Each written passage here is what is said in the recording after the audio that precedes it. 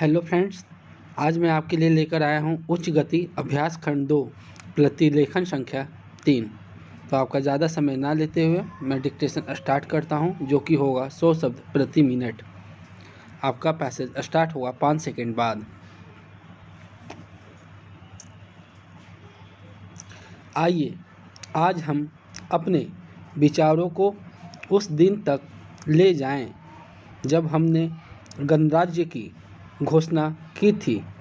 अपनी विकास की योजनाओं के संबंध में हमने वास्तव में काफ़ी प्रगति की है, परंतु क्या हम भारत के सब नागरिकों को दरिद्रता, अभाव तथा कष्ट से मुक्त करा पाए हैं? प्रकृति की शक्तियों को अपने अधीन करने और जनता के कल्याण के लिए उन्हें नियंत्रण में लाने की दिशा में भी हम आगे बढ़े हैं, किंतु हम यह नहीं भूल सकते कि कुछ महीने ही हुए हमने भारत के उत्तर पूर्वी प्रदेशों में भयानक बाढ़ का सामना करना पड़ा था, जिसके कारण यातायात के साधन छिन्न भिन्न हो गए और वहाँ की जनता को भारी हानि उठानी पड़ी। निसंदेह साक्षरता प्रसार और रोगों के निराकरण के महत्वपूर्ण उपाय भी हमने सोचे हैं। यद्यपि अभी भी देश के बहुत से भागों में निरक्षरता और बीमारी पर्याप्त मात्रा में दिखाई देती है, जन कल्याण की योजनाओं को हम बराबर आगे बढ़ाते रहेंगे।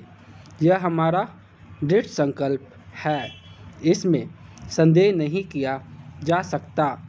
इन योजनाओं के पूरे होने के संबंध में जो प्रयास अब तक किया गया है, उससे भी हमें असंतुष्ट नहीं होना चाहिए। फिर भी योजनाओं को जो कुछ अब तक किया जा सका है, यदि वह बहुत चमत्कारी नहीं दिखता, तो उसका कारण यह है कि अभी निर्माण कार्य जारी है और समाप्त नहीं हुआ है। राष्ट्र के निर्माण में समय की आवश्यकता होती है। आज हमारा गणराज्य दिवस है और भारत जैसे प्राचीन राष्ट्र के इतिहास में 5-7 वर्ष की अवधि एक स्वल्प काल है। आइए अब हम विगत वर्ष की घटनाओं पर नज़र डालें और यह देखें कि विकास के कार्यों और निर्माण योजना की दिशा में हम कहां तक आगे बढ़ सके हैं। Paragraph change. मुझे से यह कहा जाए कि बीते वर्ष की घटनाओं का वर्णन मैं एक वाक्य में करूं तो मैं कहना चाहूँगा कि संविधान में दिए गए निर्देशों के अनुसार हमने समस्त राष्ट्र के साधनों को ऐसे ढंग से जुटाना आरंभ कर दिया है जिससे यह स्पष्ट हो जाता है कि भारत में कल्याणकारी राज्य की स्थापना का श्री गणेश हो चुका है। पिछले वर्षों में हमने जो संकल्प और दावे किए थे, अब वे मूर्तिमान होने लगे हैं। इसलिए अब यह समझना कठिन नहीं है कि राष्ट्र किधर जा रहा है और आगामी 10 या 15 वर्षों में हम किस स्थिति में होंगे।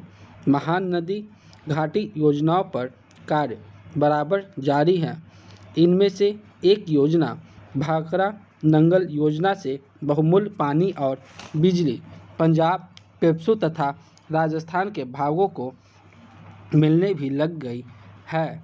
दामोदर घाटी योजना से कुछ समय हुआ बिजली प्राप्त होने लगी थी और हीराकुंड, चंबल तथा दूसरी महान योजनाओं की भांति यह योजना भी यथेष्ट रूप से आगे बढ़ रही है। भाखड़ा नंगल योजना का प्रथम चरण समाप्त होने से अब यह स्पष्ट है कि इन महान योजनाओं के द्वारा देश में कितने महत्वपूर्ण परिवर्तन हो जाएंगे। Full stop. तो फ्रेंड, आपको यह पैसेज कैसा लगा ये आप हमारे कमेंट सेक्शन में कर ज़रूर बताएं और मेरे चैनल को लाइक, सब्सक्राइब एंड शेयर ज़रूर करें। Thank you.